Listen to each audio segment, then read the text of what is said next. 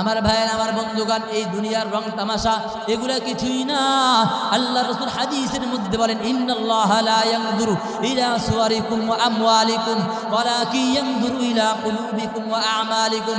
আল্লাহ নবী জনাবে বিশ্ব নবী রাহমাতুল লিল আলামিন বলেন, ও দুনিয়ার মানুষ, আল্লাহ সুবহানাহু ওয়া তাআলা তোমার আকৃতির দিকে তাকান না, তোমার চেহারার দিকে তাকান না, তোমার ধন সম্পদের দিকে তাকান না। কার কত বড় ধন সম্পদ আছে, কার চেহারা কত সুন্দর, তার চেহারা কত সুন্দর, কার ধন সম্পদ কত বেশি, আল্লাহ তাআলা সেদিকে তাকান না। তাহলে আল্লাহ তাআলা কিসের দিকে তাকান? ওয়ালাকিন ইয়ানজুরু ইলা কুলুবিকুম ওয়া আমালিকুম। আল্লাহ তাআলা কলবের দিকে তাকায়, বান্দার কলবের দিকে তাকায়, বান্দার আমালের দিকে তাকায়। দেখে বান্দারা নামাজ পড়ছে, নামাজটা কার জন্য পড়ছে? নামাজটা আমাকে মানুষকে দেখানোর জন্য পড়ছে নাকি আমি আল্লাহর জন্য পড়ছে? আল্লাহ তাআলা মানুষের কলবের দিকে তাকায়। লক্ষ কোটি দুরূদ ও সালাম শামসুল হেদায়া বদরুদ্দোজা বিশ্ব